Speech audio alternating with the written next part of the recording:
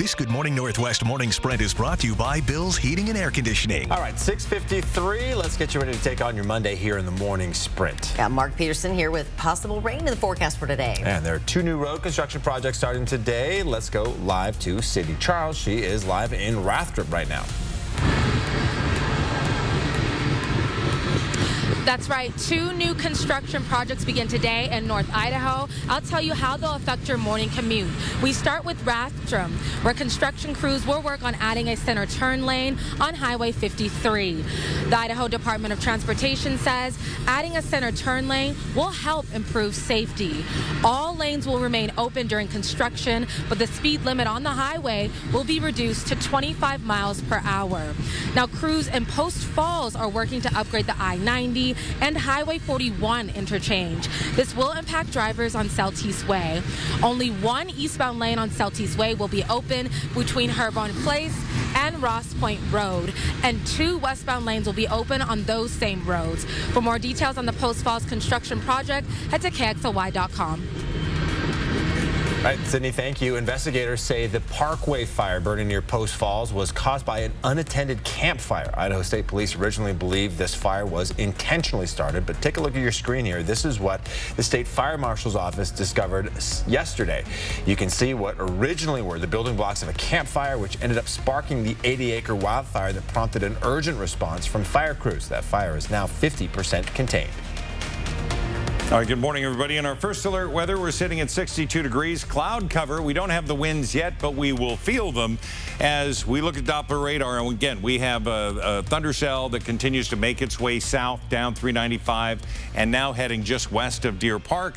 It's going to be coming into our region, and we'll have gustier winds because of that and the potential rain. Some of those areas could have some minor flooding because of that. Our high today is going to be 76 degrees. President Joe Biden is concerned about the increase in ransomware attacks on schools. To discuss the growing issue, the White House says it's gathering superintendents and education technology experts today to look at ways to bolster cybersecurity. Officials say they'll also be creating a new council to coordinate between the government and educational institutions. According to the White House, at least 8 states saw ransomware attacks against schools last year. This fall, you can expect to receive a text from FEMA and the FCC as part of a nationwide emergency alert test. The reason for the test is to make sure all systems are prepared in case a national emergency needs to be sent out to the public. Radios and televisions will also be tested that same day, and that test will last about a minute.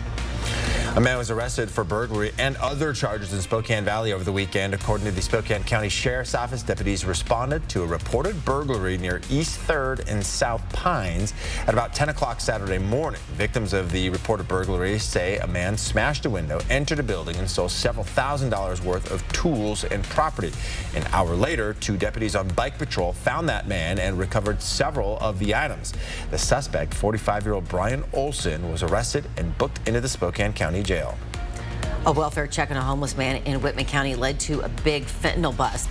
The Whitman County Sheriff's Office says that deputies contacted 44-year-old Tyson Farley of Moscow in his van north of Oaksdale. He was arrested on an outstanding warrant for possessing a controlled substance. 3 blue fentanyl pills were found on him, and a search of his van found 300 more pills and some meth. He'll appear in Whitman County Court to face charges today. A 30-year-old man was found dead inside an apartment complex in St. Mary's early Saturday morning. The Sheriff's Office and Police Department received multiple reports of an altercation and gunshots at that complex. They found the man dead at the scene, along with a 59-year-old woman who was taken to the hospital with critical injuries. Deputies arrested 21-year-old Jacob Anderson on site. He is charged with second-degree murder.